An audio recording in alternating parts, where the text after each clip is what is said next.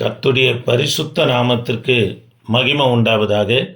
தேவ பிள்ளைகளை நாம் தொடர்ந்து ஆதியாகம நாட்களிலிருந்து ஒவ்வொரு நபர்களாக தியானித்து கொண்டு வருகிறோம். இன்றைக்கு நோவாவின் மனைவி குறித்து நாம் தியானிக்க போகிறோம். நோவாவு குறித்து வேதம் சொல்லுகிறது, தேவனுடைய வார்த்தைக்கு கீழ்ப்படிந்தவர், நோவா நீதியை பிரசங்கித்தவர், பழைய ஏற்பாட்டின் நாட்களில் வாழ்ந்த நீதிமான் என்று அவரை குறித்து சொல்லப்பட்டிருக்கிறது. நோவாவுக்கு 3 பிள்ளைகள் இருந்தாங்க. 3 பிள்ளைகளுடைய பெயரும் பிற்பாடு அவர் பேர பிள்ளைகளும் அவங்களுடைய வம்சங்களை குறித்து வேதத்தில் சொல்லப்பட்டு இருந்தாலும், ஆனால் நோவாவுடைய மனைவியை பற்றி 4 இடங்களில் மாத்திரம் சொல்லப்பட்டிருக்கும். ஆனாலும் தேவ பிள்ளைகளே, நோவாவுடைய மனைவியுடைய பெயர் எங்கும் வேதத்தில் குறிப்பிடப்படலை. அவங்கள குறித்து சொல்லப்பட்ட 4 இடங்கள் ஆதியாகமம் 6ஆம் அதிகாரம் 10லிருந்து 19, ஆதியாகமம் 7ஆம் அதிகாரம் 1லிருந்து 7, ஆதியாகமம் 8ஆம் அதிகாரம் 15ஆம் வசனமும், ஆதியாகமம் 8ஆம் அதிகாரம் 16ஆம் இடத்துல மாத்திரம்தான் நோவாவுடைய மனைவி குறித்து இந்த 4 இடங்களில் குறிப்பிடப்பட்டு இருக்கிறத தவிர நோவாவுடைய மனைவியினுடைய பெயர் என்ன என்று எங்குமே வேதத்தில் குறிப்பிடலை. தேவ பிள்ளைகளே, நோவாவுக்கு தேவன் கொடுத்த வேலை மிக பெரிய வேலை. கொப்பேறு மரத்தினாலே ஒரு பேழையை கத்தனவனை கட்ட சொல்லுகிறார். அது மாத்திரமல்ல, யாரும் நம்ப முடியாத இருந்த காலத்தில் மழையை குறித்து அது வரைக்கும் யாரும் கேள்விப்பட்டதில்லை. அதுவும் ஜலப்பிரளயத்தினால உலகத்தை கத்தர் அழிக்க போறாரு, மழையும் வரப்போகிறது என்று சொல்லுகிற நாட்களிலே நோவா சொல்லும்போது இதை யாரும் நம்பலை. ஆனால் நோவாவுடைய மனைவி நோவாவுடைய செயலுக்கு எல்லாவற்றிற்கும் கீழ்ப்படிந்தாங்க. நோவா சொன்ன வார்த்தையை விசுவாசித்தாங்க. நோவாவுக்கு உதவியாக இருந்தாங்க. இந்த 3 பிள்ளைகளும் பேழையை கட்டவும் பேழைக்குள்ளே பிரவேசிக்கவும் ஒத்துழைக்கவும் கீழ்ப்படிது உள்ள பிள்ளைகளாக யார் நம்பனா நோவாவுடைய மனைவி நம்பனா வளர்த்தார்கள் என்று சொல்லி பார்க்கிறோம். தேவ பிள்ளைகளை திரும்ப சொல்லுகிறேன், நோவாவுடைய மனைவி நோவாவுடைய செயலுக்கு முற்றிலுமாக கீழ்ப்படிந்தாங்க. நோவா சொன்ன வார்த்தை மேலே விசுவாசித்தாங்க. நோவாவுக்கு உதவியாக இருந்தாங்க. இந்த 3 பிள்ளைகளும் பேழை கட்ட ஒத்துழைப்பு கொடுக்கிற பிள்ளைகளாக நோவாவுடைய மனைவி என்ன பண்ணாங்கன்னா பிள்ளைகளை வளர்த்தாங்க. நோவா மனைவிடத்திலிருந்து கற்றுக்கொள்ள வேண்டிய சில காரியங்கள் குறித்து உங்களோடு பேசும்படியாக விரும்புகிறேன். நோவாவின் குடும்பம் 1 வருஷம் 17 நாட்கள் பேழையில் இருந்தாங்க.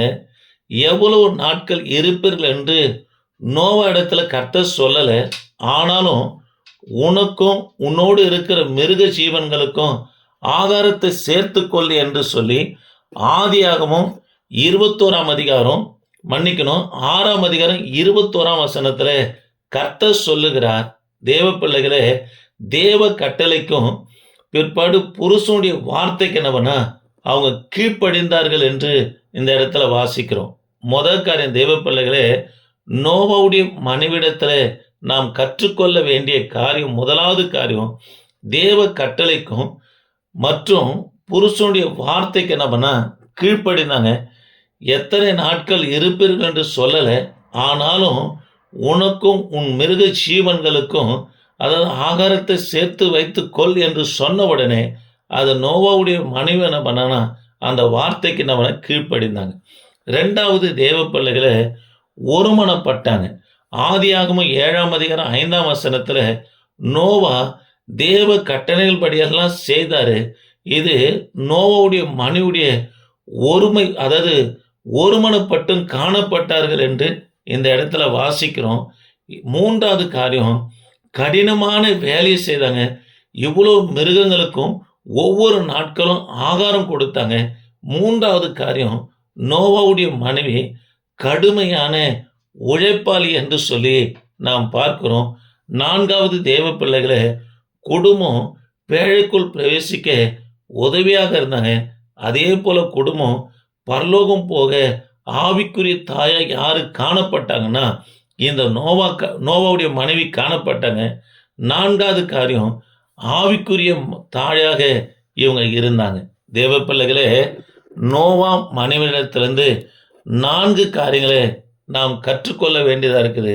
ஒன்று, கர்த்தருடைய வார்த்தைக்கு கீழ்ப்படிந்தாங்க. கீழ்ப்படுகிற ஒவ்வொருவரையும் கர்த்தர் பெருகும்படியாக செய்தார். உதாரணத்துக்கு ஆபிரகாம் கர்த்தருடைய வார்த்தைக்கு கீழ்ப்படிந்தார். பரதேச சுற்றி அலைந்து கொண்டு இருந்த அவரை ஆதியாகமம் 13ஆம் அதிகாரத்தில் வாசிக்கிறோம். ஆடு மாடுகள் வேலைக்காரி உடைய செல்வ சீமானாய் கர்த்தனவனா மாற்றினார் என்று சொல்லி பார்க்கிறோம்.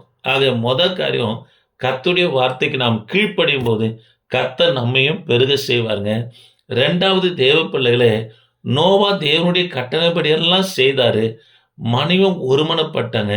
எந்த இடத்துல ஒருமனம் இருக்கிறதோ அங்கே ஜீவனையும் ஆசீர்வாதத்தையும் அபிஷேகத்தையும் கட்டளை எடுக்கிறார் என்று சொல்லி சங்கீதங்களின் புத்தகம் 133ஆம் சங்கீதத்தில் நாம் வாசிக்கிறோம். சகோதரர் ஒருமித்து வாசம் பண்ணுகிறது எத்தனை நன்மையும் இன்பமான காரியம். அங்கே ஜீவனையும் ஆசீர்வாதத்தையும் அபிஷேகத்தையும் கர்த்தர் கட்டளையிடுகிறார் என்று சொல்லி பார்க்கிறோம். 3வது, கடினமான வேலையை செய்தாங்க. ஒவ்வொரு நாளும் பேழைக்குள்ள இருக்கிற மிருக ஜீவன்களுக்கு அவங்க ஆகாரங்களை, அதாவது தீவனங்களை நம்மனா கொடுத்து கொண்டே இருந்தாங்க. கடுமையான உழைப்பாளி என்று சொல்லி பார்க்கிறோம்.